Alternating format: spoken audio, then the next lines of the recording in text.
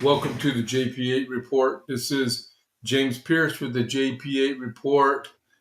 On my second attempt to do this. All right. Good afternoon, everybody. I cannot believe this is happening.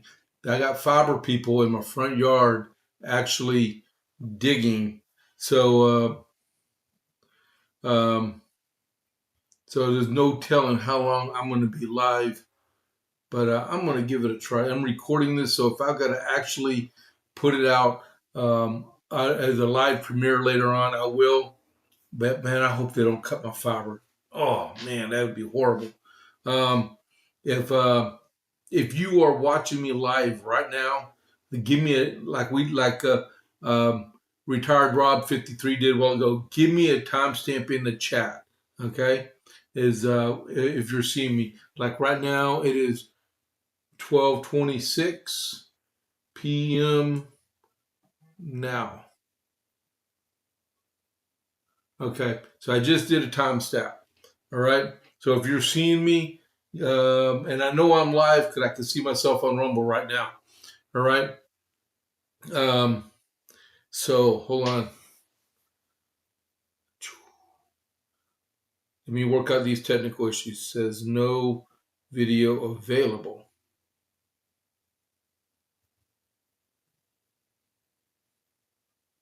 Try again.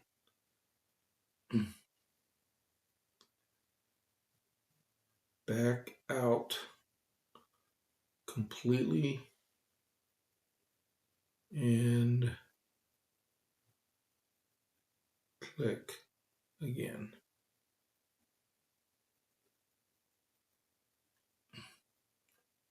Okay.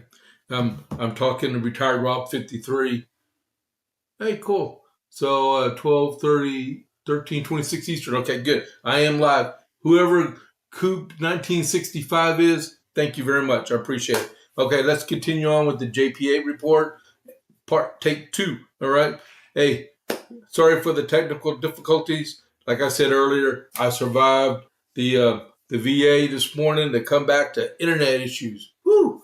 All right. So let's do this and have some fun here as we backtrack and make up for lost time. All right.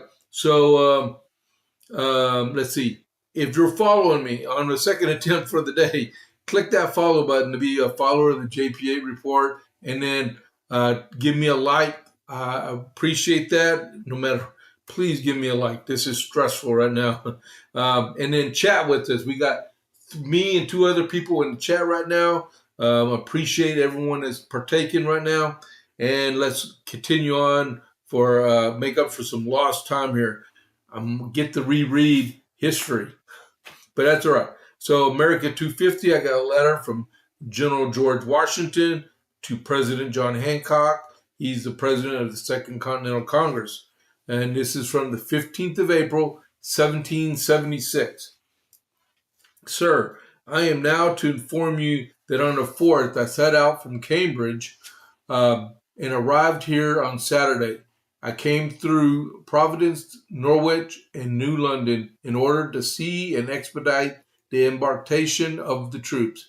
The 3rd Brigade, under the command of General Greene, was at New London when I left, where there was a sufficient number of transports to embark them, and most probably would have arrived here before this, had it not been for a severe storm, which happened the night they sailed, which dispersed them, and I fear has done some injury. General Spencer, with the last brigade, marched from Roxbury the day I left Cambridge and would be at New London ready to embark in the return transports which brought General Sullivan's division to this place. The whole of the troops may be reasonably expected here in the course of this week.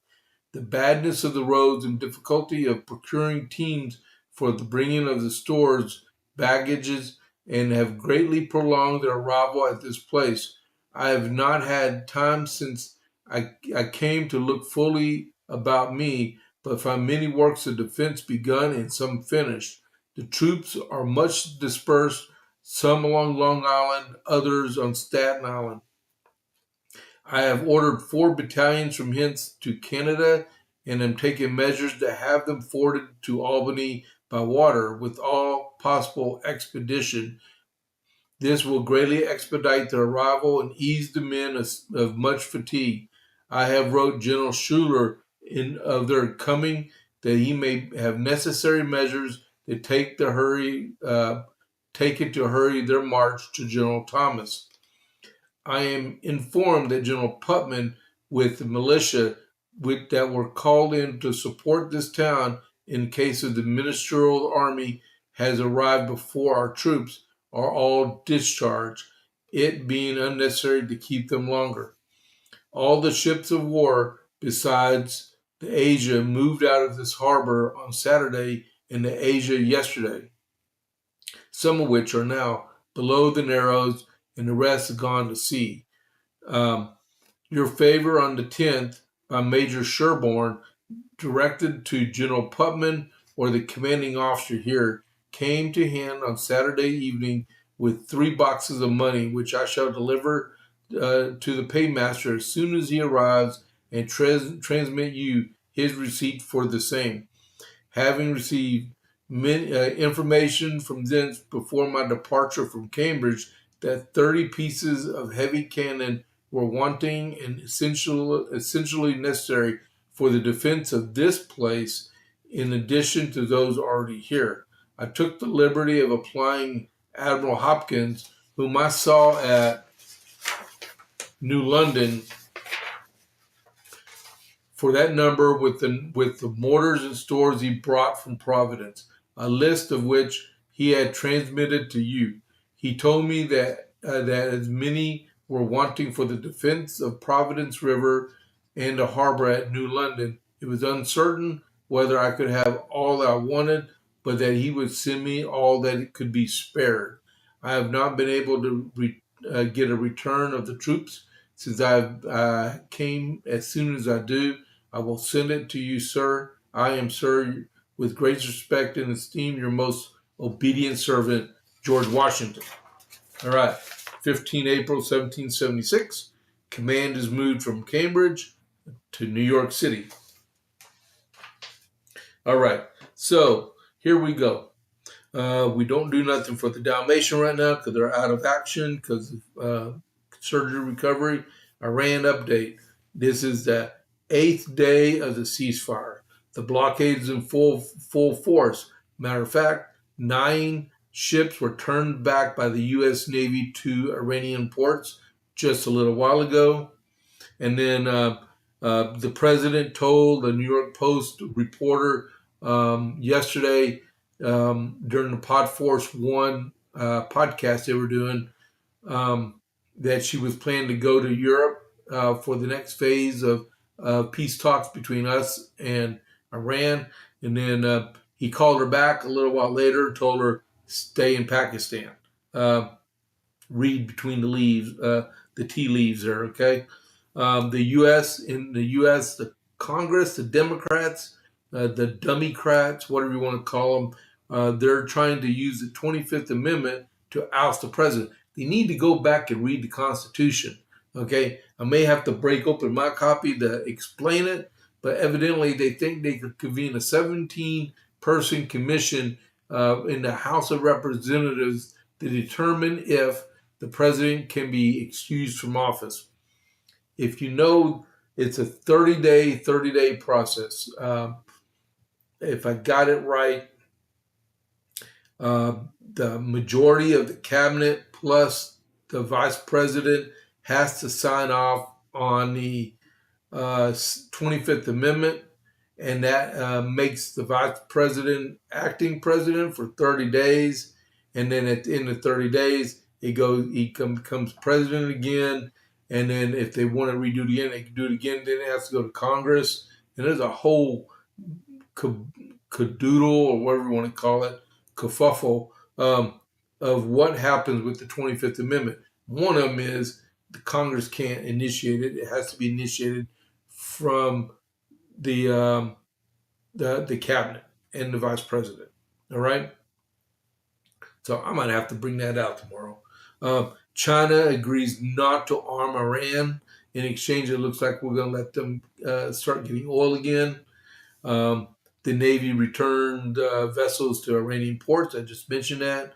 And then there's a report out there that said unblemished images of U.S. military bases might have tipped off Iran that we were coming at them. If that is the case, we need to make sure those are deemed national security assets and blur them so nobody can see what's going on underneath them. All right. Brent crude oil is at $94.61 a barrel. This was about 2 hours ago. Okay. West Texas Intermediate is at $88.24 a barrel, and the Dow Jones was 48,431 and 90.94. It was down $104.05. All right. All right, we're doing pretty good. All right, so let's do this on a JP8 report. Good news. It's tax day, and the average taxpayer is going to get $3,300 back. Okay? The bad news is that since you're getting $3,300 on average back, it was a $3,300 interest-free loan from the government for upwards to a year. All right, we'll just leave it at that. But the income tax was levied by U.S. Constitutional Amendment, the 16th Amendment to the Constitution, and it was ratified in 1913, which established for an income tax, right? It was first instituted for, I believe, 5 main families inside the United States, and it got progressive in the years since then, right? So just take that with a grain of salt. All right, so hold on just a second. I feel like I've been at this for 37 minutes. All right, so here we go. I had some stuff here. Let's see. This is all out of order now. So we'll start with this one.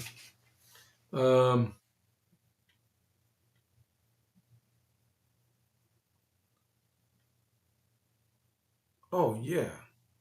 Okay. We'll do this one. I'm going to talk about Abigail Spanberger real quick, okay? She's the Secretary General for the Democratic People's Republic of Virginia. All right? If you know, you know. She is signing a gun bill.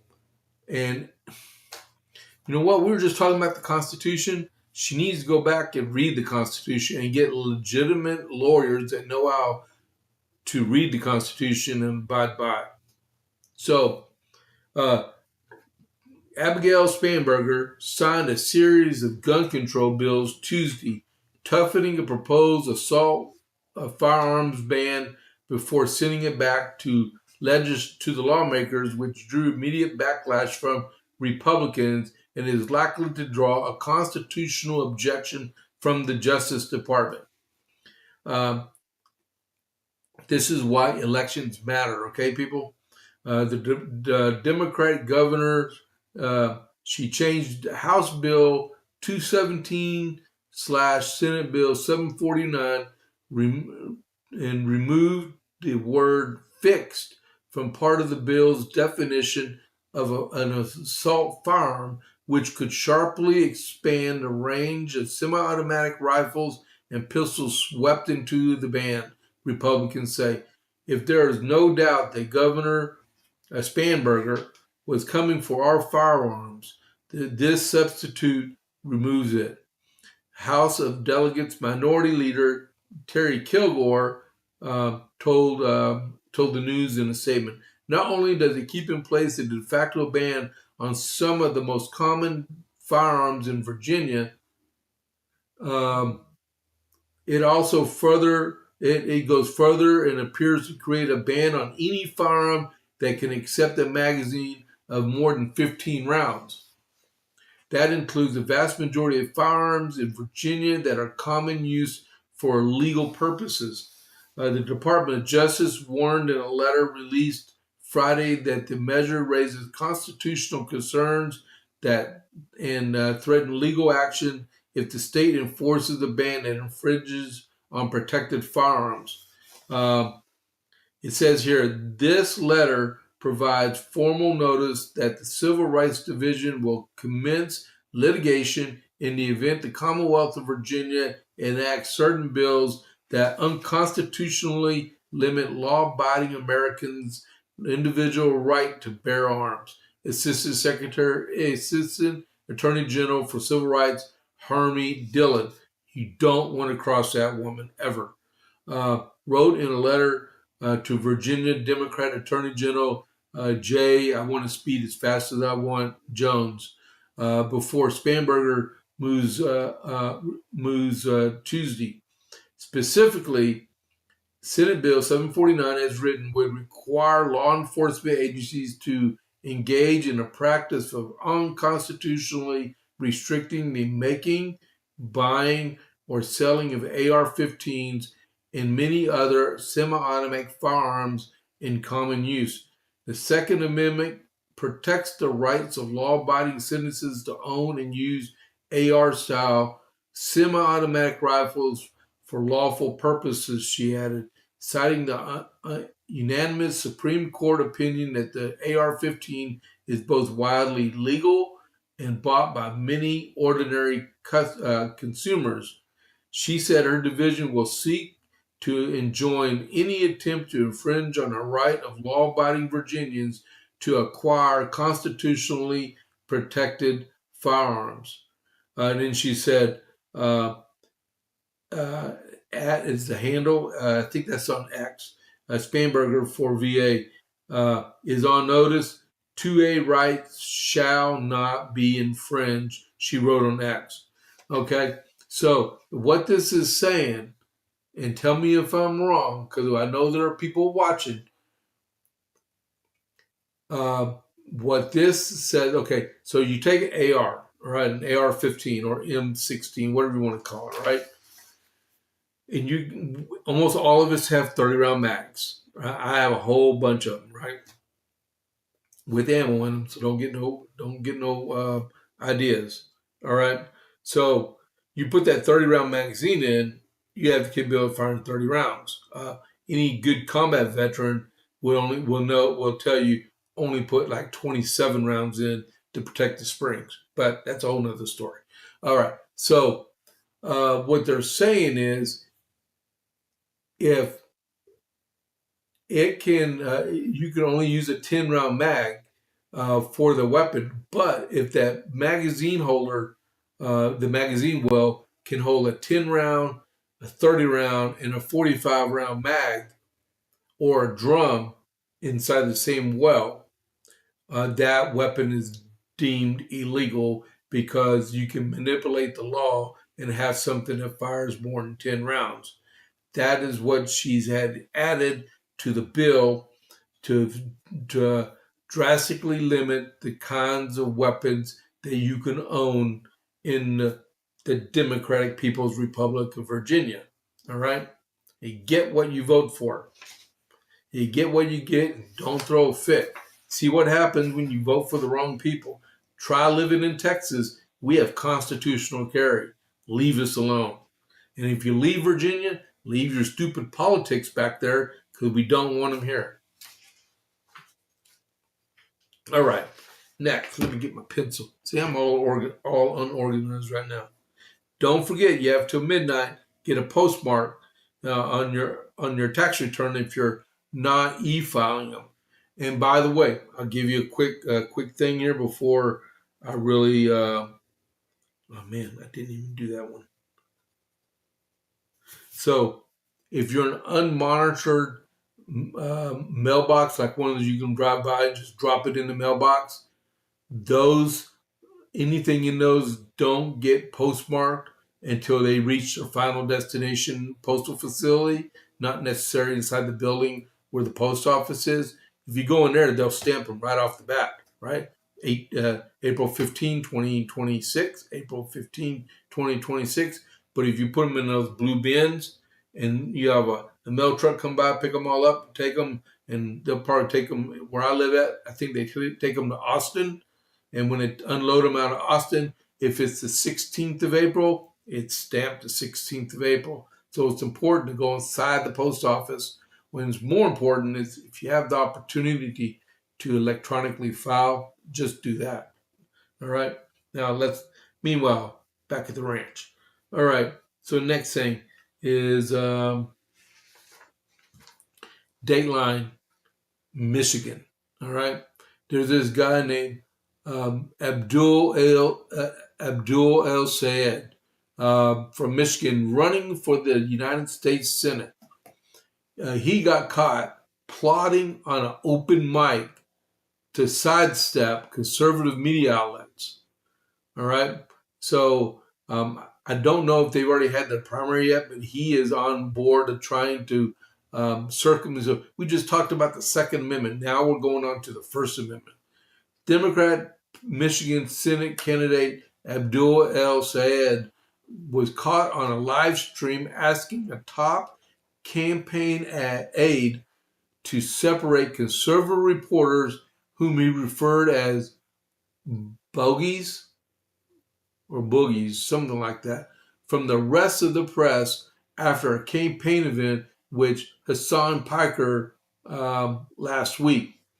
He's a staunch socialist Democrat and podcaster. I've never heard a word out of his mouth on a podcast ever, except for what I heard on the TV the other day. Okay, besides that, the hot mic moment came as Piker's crew was live streaming backstage ahead of the event when El Sayed's communications director, Roxy Reicher, told him and Piker, "We're going to do a quick scrum with Fox and the Free Beacon and those folks," prompting El Sayed to ask, "Could you separate like the boogies from everyone else?" After Reicher responded in the affirmative, El Sayed first bumped her before Piker swooped in to let the pair know they were being filmed. Gotcha. The candid moment, at least he actually had the audacity to tell them they were live, right? The candid moment followed days of blowback El Sayed faced for holding an event with Piker, a controversial podcaster who had to walk back comments saying Americans deserve 9/11. Hold on just a second here.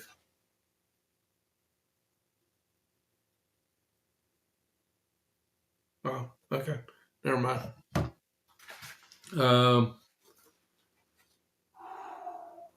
Okay. Yeah, he said Americans deserve 9/11, justifying Hamas's attack and slaughter, including rapes on innocent Israelis, and recently told his followers that you really don't need suicide bombing anymore because cheap Chinese-made drones can be bought online for anyone else who is interested in performing a terror strike.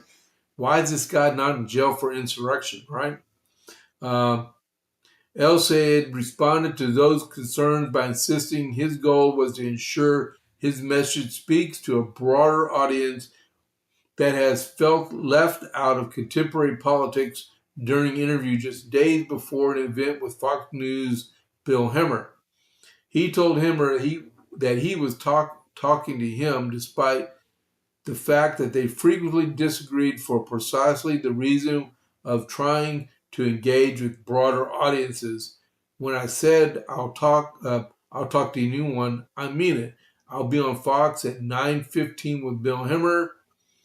He tweeted before his talk with Bill Hemmer earlier this month. Piker quickly swooped in after the fist bump was caught on camera to tell Reicher and Elstad that he was filming, and the trio quickly separated, but the camera kept rolling and it followed a visibly bothered Piker. Probably some progress being made. Piker's camera operator had said after the trio had separated, and a live stream settled back on Piker, who had walked away again, guzzling a bottle of water. I don't think so, Piker responded as he continued guzzling the water bottle. And with that, I'm going to guzzle a little bit of tea. Hold on.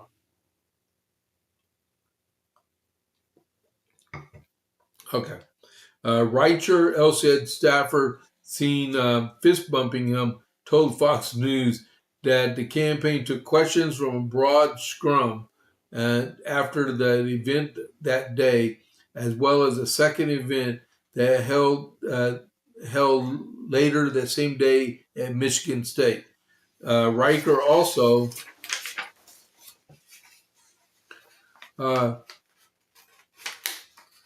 reiterated Elstad's claim that he welcomes conversations with people of all political stripes.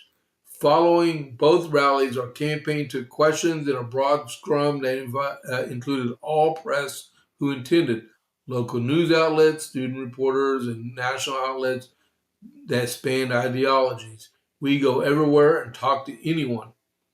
Since entering the race for the U.S. Senate, Elstad has faced blowback for staking out fringe anti-Israel and anti-law enforcement positions like abolishing ICE and blaming Israel for committing genocide. If I recall right, who attacked who on October 7th, 2023? I'm just saying, right? Whether anyone would actually vote for this guy is beyond belief. And says Elstad's Democrat Party election against a slew of other formidable candidates will take place in August. Wow! So they got one. So our primary was March 3rd, right? March 3rd. And August, September, October, like 3 months from the primary to the general election. That's crazy. But I wouldn't vote for that guy at all. So if you're in Michigan, don't vote for that guy. Vote for the Republican. It makes it easier for you. All right. So, and then the next one that printed off right before I came out here, I won't read all this one, but do you remember a guy named Mark Houck? Okay. So Mark Houck back in 2023 was praying outside an abortion clinic in Pennsylvania. Yeah, it was in Pennsylvania. Okay, so he was praying, and then while he was praying, he had a couple of his kids with him, right? And he was praying, and some staffer came out of the Planned Parenthood thing and got in a verbal confrontation with Mr. Houck, pushed his kid, and Mr. Houck pushed back and then left, right? And it was all caught on camera. Later at night, I guess it was, a 25-person SWAT team breached into his house and arrested him. And then charged him with the FACE Act, the one that's been going around right here from 1994, right? Well,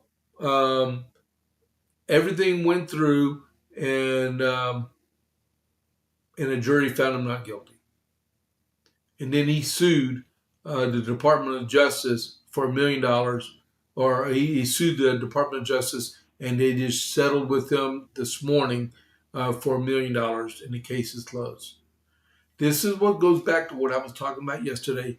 At the Department of Justice under Merrick Garland and President Otto were purposely making the consequences even tougher for pro-life people than they were for pro-choice people. And they were conspiring with pro-choice organizations to bring up heavier charges on pro-life individuals. And it kept going all the way until the change of the administration. I do believe we should probably look into changing that law, but I'm not in Congress. So, but yeah, so Mr. Houck is $1 million more wealthier to take care of his family, but that probably doesn't do the fact that I believe he was in jail for 40 days before he was found not guilty. All right. Then we come to Erica Kirk, okay? And I am a very big supporter of Turning Point USA. Well, she was supposed to be at the University of Georgia last night, and 2 hours before she was going to appear, she backed out because of serious security issues that was going on, not at the campus, but elsewhere. And they were talking to the vice president about it. So Erica Kirk canceled her planned appearance at TPUSA at the University of Georgia on Tuesday after receiving what organizers deemed as very serious threats.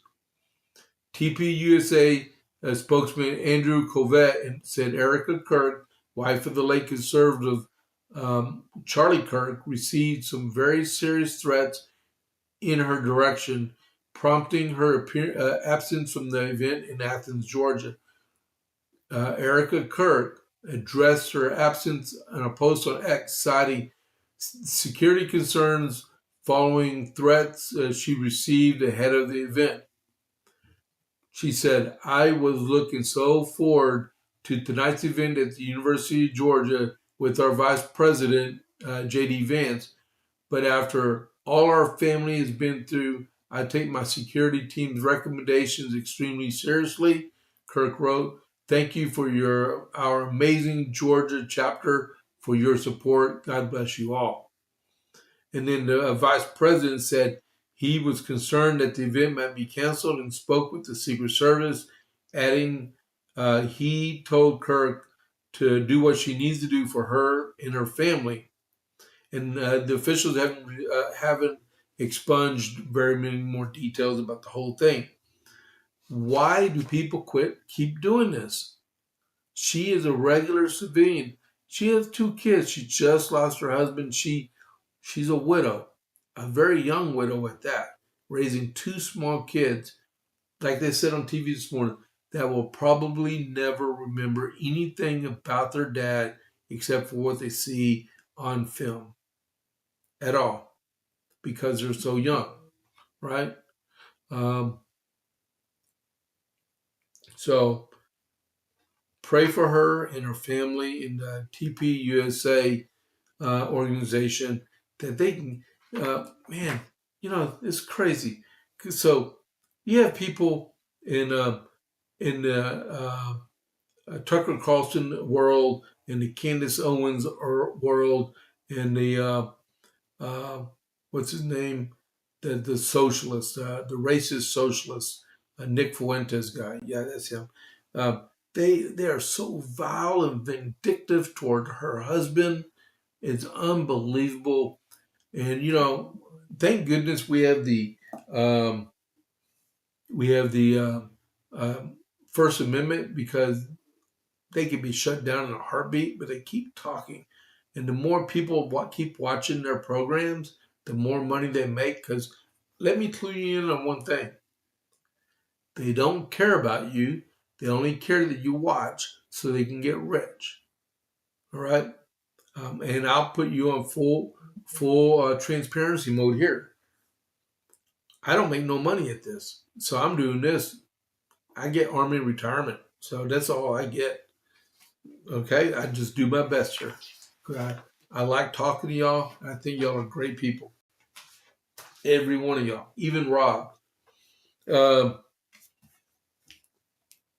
okay, so I got that one out of the way.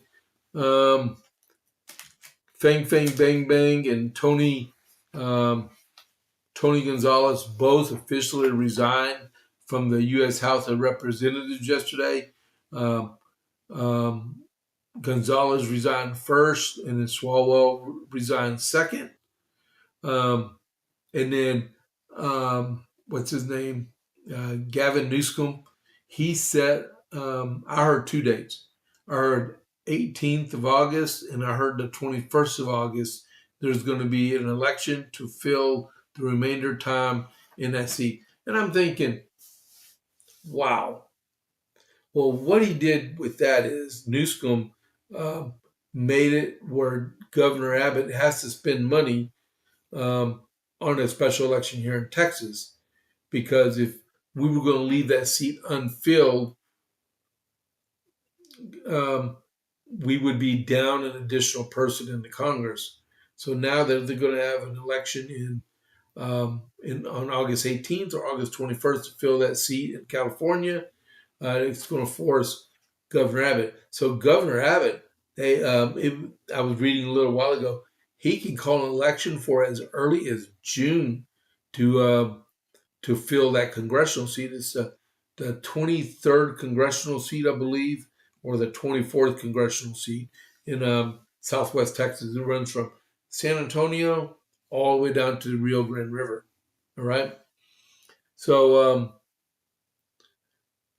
what are we doing here? We got 9 people watching. I'd figure it'd be a lot lower than that since we had to restart. All right. So let's see. It may have been possible to bequest this as expulsion week. Instead, it might be resignation week. The House has only expelled 6 members in the history of the Republic, but it was possible as recently as Monday that the House was primed to wrestle with a mind-boggling 4 expulsions. It takes 2/3 of a vote to expel a member. The House last expelled one of its own in 2023. It'd be George Santos from New York. Before that, you have to go back to 2002 when the House kicked out Democrat Jim Traficant from Ohio. And here's what's going on. Calls to expel Swalwell's piled up after reports surfaced he sexually assaulted a former aide and several other women. But he announced that he's resigning, right? All right. And then Tony Gonzalez. Tony Gonzalez is a Navy veteran. He got elected. He's in his 3rd congressional term. First, Gonzalez denied an affair with an aide who committed suicide by setting herself on fire. Gonzalez was locked in a tough primary, which he lost to Brandon Herrera, and then he dropped out of the primary a couple weeks ago, right? But he resigned. So that leaves a Republican seat open, right? Now, like it says here, now things grow complicated. The next one is Congresswoman Sheila Sirfulis McCormick could be the next one to go. In late March, a House Ethics Committee held a rare trial in the Ethics Committee and found her guilty of 25 out of 26 counts for her stealing $5 million in COVID relief funds that were meant for her business that she took and redirected to her campaign. All right. And she's supposed to go on trial in February of 2027. Okay. And then the next one is another veteran. Let's see.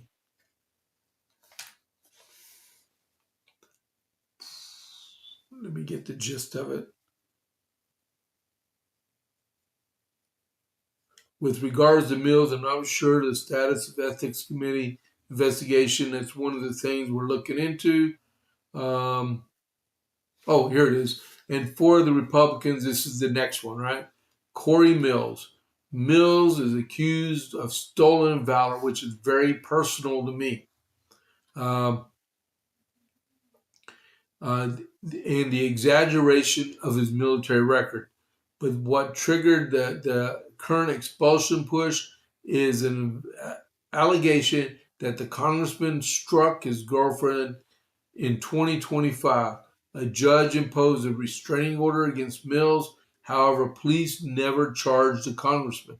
The Ethics Committee is also investigating whether he violated federal campaign rules, but the formal ethics probe of the Florida Republican isn't as far along as the McCormick inquiry. Um, so, yeah, if you go back and read about Corey Mills, about the deal about what he actually did in the Army, and then compare what he got recognized for on his rack, you'll understand why people are upset. And the fact that he hit his girlfriend, unbelievable. I mean, why? Why would just walk away? That's crazy. So the two next shoes to drop is McCormick and Mills. And Congresswoman Anna Paulina Luna said that if they don't resign, she's going to put expulsion requests on the floor for them to also. All right? So right now, as of the 18th or 21st of August, there's a special election in California to replace Fang Fang Bang Bang. Okay? And hopefully that's the last time I ever got to talk about the guy. All right. If you're proud to be an American with the scope of good and bad news that we just went over, give me an American flag in the chat. Okay? I appreciate that. I'm going to do one right now. There we go. Put an American flag. Oh, I thought it did. What happened? Let me do that again. There we go. Much gooder. All right. So next. We're back to Spamberger. Okay. I should have just stuck with the Secretary General and kept it going. So, you know what? Let's forget that one. We'll go to this one. Who here knows who Judge James Boasberg is? Y'all should know, because he's been a thorn in the side of our president since day one.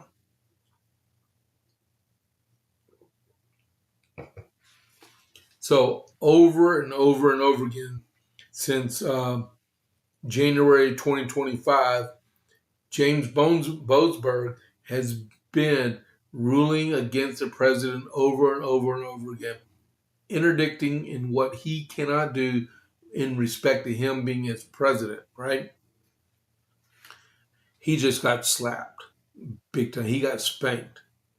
So a divided appeals court on Tuesday ordered U.S. District Judge James Boasberg to end his contempt inquiry into senior Trump administration officials after they deported more than 130 Venezuelan migrants, capping a protracted and bitterly disputed legal fight. Judges for the D.C. Circuit Court of Appeals ruled 2-1 that Boasberg's inquiry overstepped the court's authority and represented an unwarranted impairment of the executive branch. Judges Naomi Rayo and Justin Walker, both of them are Trump appointees, authored the majority which ordered Boasberg, the chief district judge for the District of Columbia, to terminate the contempt inquiry roughly 12 months after it began. At issue was the Trump administration's use of the 1798 Alien Enemies Act to deport hundreds of Venezuelan migrants to El Salvador last March. Migrants that the administration alleged were in the U.S. illegally and in some cases had ties to violent gang Trinidad or TDA.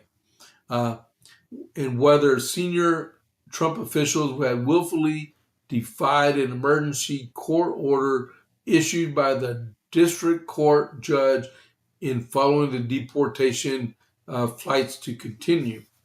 Rowe and Walker said Tuesday that the March 15th emergency order that Boasberg issued last year was sought to halt the administration from immediately deporting the Venezuelan migrants was too ambiguous to justify that they ruled that it was an intrusive investigation into high-level executive matters.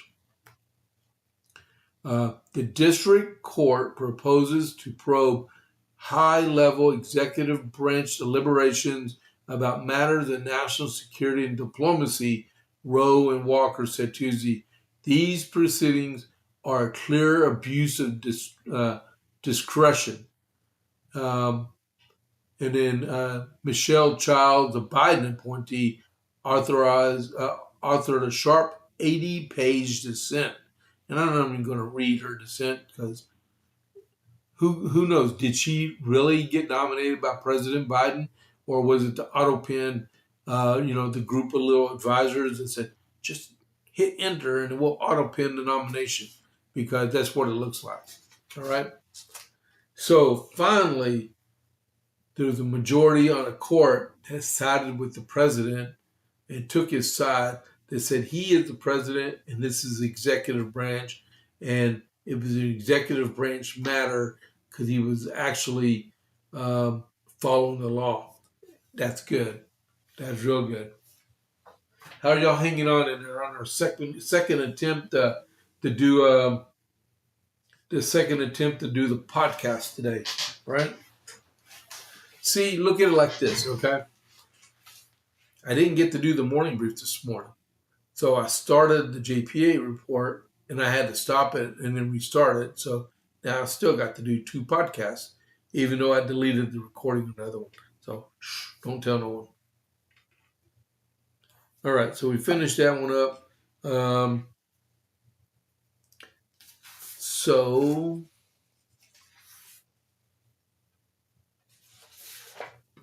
have y'all ever wondered how the Democrats get so much money, right? They use this. Okay, so y'all know here the Republicans use WinRed. A lot of Republicans use WinRed or they use Anadoc, right?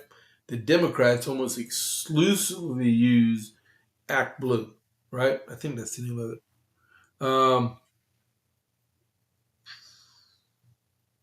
ActBlue, right? So it's been reported that they've been using the funds that come through ActBlue for other purposes, and they dodged a subpoena before Congress to hide the fact of their actions on fundraising. All right, so they are trying to push it to the next step. So House Republicans are demanding ActBlue, a top Democrat campaign fundraiser apparatus, to turn over international communications probing whether the organization knowingly misled lawmakers and dodged subpoenas to hide weaknesses in its screening process and weed out illegal overseas donations. So if you did not know, if you are a foreigner, you are not allowed to donate to campaigns. All right. House Committee Chairman Brian Steele and several others, including James Jordan, James Comer, laid out their demands in a letter published on Tuesday. For more than a year, committees have conducted oversight regarding ActBlue's fundamentally unserious approach to fraud prevention. Recently, reporting strongly suggests that ActBlue deliberately obstructed the committee's investigation, including thorough misleading statements and non-compliance with our subpoenas. And the letter is addressed to Regina Wallace Jones, the CEO and president of ActBlue, and is the most recent entry into investigations that began in 2023 when Republicans originally raised concerns about foreign donations possibly influencing American elections. And it says as follows: a New York Times report on a memo from Covington and Burling, a law firm, warning that gaps in the screening armor could present a substantial risk for Act Blue. I'm surprised they even told them that, since they're both liberal organizations, right? So let's see if they can get some type of remediation out of this. But if they broke the law and getting funds from foreigners, there needs to be some stiff penalties that have been enacted against them and against the campaigns that actually accepted those donations. All right. How long have we been live for? Oh my goodness. 51 minutes. Wow. Okay. Let's do this one now. I'm probably going to save the other one for tomorrow morning. For our great Secretary General from the Democratic People's Republic of Virginia. I got to remember to keep doing that until she leaves office. So what this is about is that they voted the National Popular Vote Compact. And what that means is no matter what your vote count is in your state, your electoral votes will go to the one that wins the national popular vote and not electoral college. There's a whole bunch of states, they total their electoral votes up now to 220.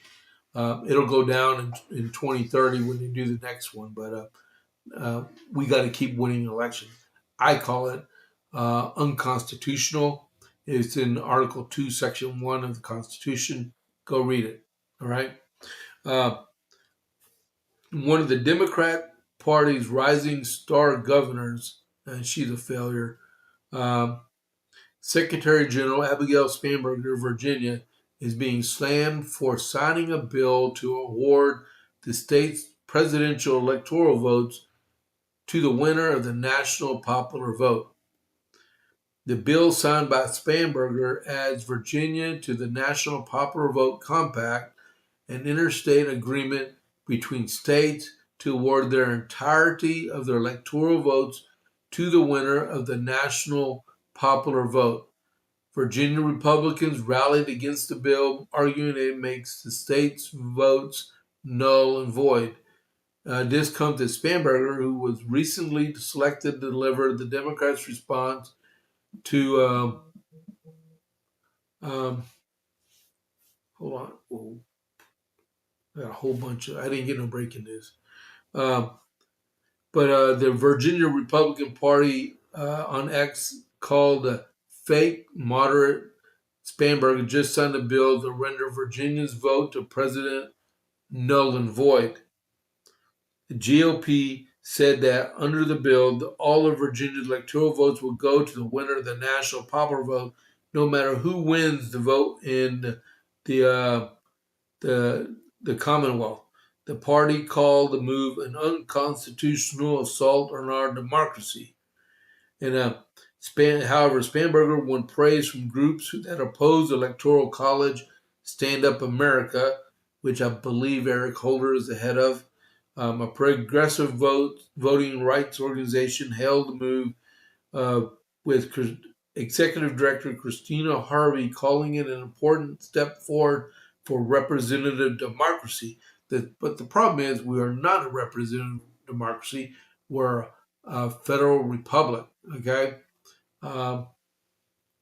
So just think about this, okay? In rational minds, just think about this. So you have,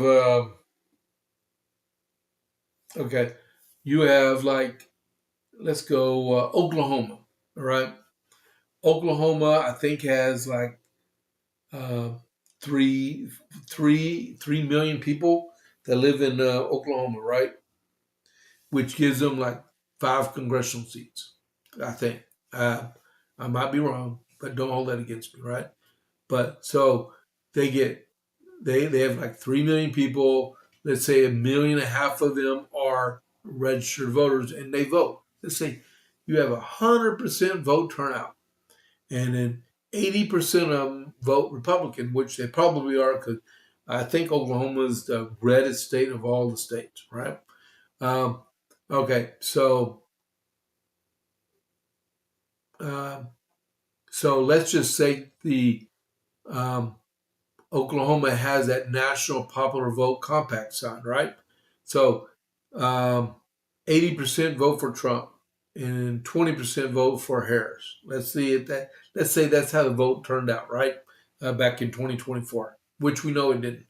All right. So, but this national popular vote thing is in play here, right? And Kamala Harris just happens to have 200,000 more popular vote than Donald Trump, right? So if the National Popular Vote Compact was in place, the four or five, five, six, seven, I think seven electoral votes that Oklahoma has would not go to President Trump, even though he won the state. It would go to Kamala Harris because Harris would have won the popular vote across the whole country by 200,000 votes. So the people in Oklahoma would be disadvantaged of their vote, of who they wanted to vote for their state, to places like, we'll just say New York City, because New York City's population is more than what Oklahoma, the whole state of Oklahoma's is. So their will in New York City would be extracted onto Oklahoma. Or if you want to go to Los Angeles, the same concept there, because they have like 25 million people live in the metro Los Angeles area. And how they vote would dictate how the people in Nebraska would vote. Nebraska is overwhelmingly Republican, right? And they vote for Trump. They say, yes, all three of our electoral votes or four electoral votes is going to go to President Trump. But Kamala Harris won a popular vote by 200,000. All of the electoral votes would leave there and go to Harris because she had the popular vote, right? Now, remember, in reality, she did not have it. I'm just making this up, all right? So look at it like this. If you live in those, what they call flyover states,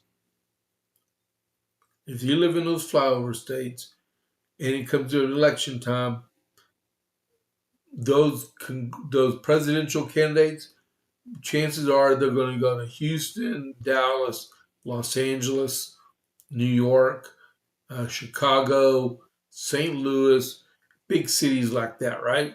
And forget everything else. Is that fair? That's not what I think the Constitution says.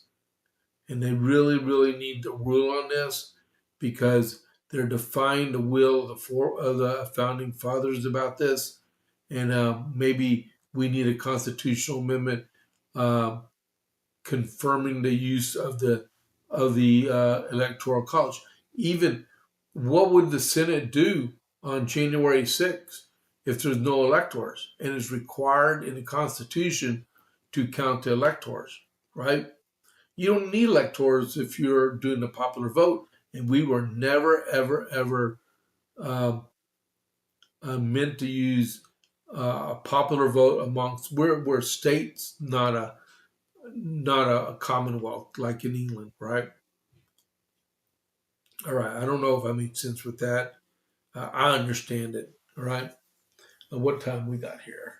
We're closing in on an hour online. I don't know if I'm going to get the number of people I've been getting lately. I am so sorry about this thing this morning. Man, I can't believe that happened. And what I think I'm going to do, I think I'm going to restart this computer when I get it going. I hope they ain't screwing up my fiber out in the front yard. They were digging a hole out there a while ago. It was 3 feet deep, right? They were looking for power lines.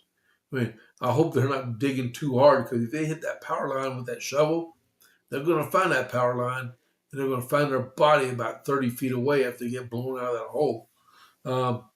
Man, and then we're going to lose all of our power. So other than that, we did have the Coppers Cove Conservative Club last night. We had about 25 people that showed up. It's all about the small groups, people. If you don't have a conservative club or conservative coalition in your town to get people in, to encourage them, don't rely on your Republican Party to do it all. It takes all of us to do it, to bring everything together to make this stuff happen, right? And I got this conservative club I've been running for since 2021, and I think we're doing pretty good at it. We had a lively discussion there last night. We had 5 candidates in the runoff that were there, which was awesome, right? And we had a school board member that was there, and 2 city council candidates were there, and about 6 precinct chairs. It was great. It was great. All right, so let's go ahead and sign off for the day, so I can relax and we'll go eat some chow. We got 9 people on live right now that I can see. I want to see what our total viewership is. All right, so I will see you all tomorrow morning at 6:30 on the morning brief. So if you're going to look for me on my socials, I'm on X, Facebook, I'm on ScrewTube sometimes, and I'm on True Social, right? So any other questions before I let everybody go? If not, going once, going twice. Bye-bye. See you later, Rob. I'll talk to you later. All right. Everyone have a great day. This is James Pierce with the JP8 report. I'll catch you on the flip side. Out.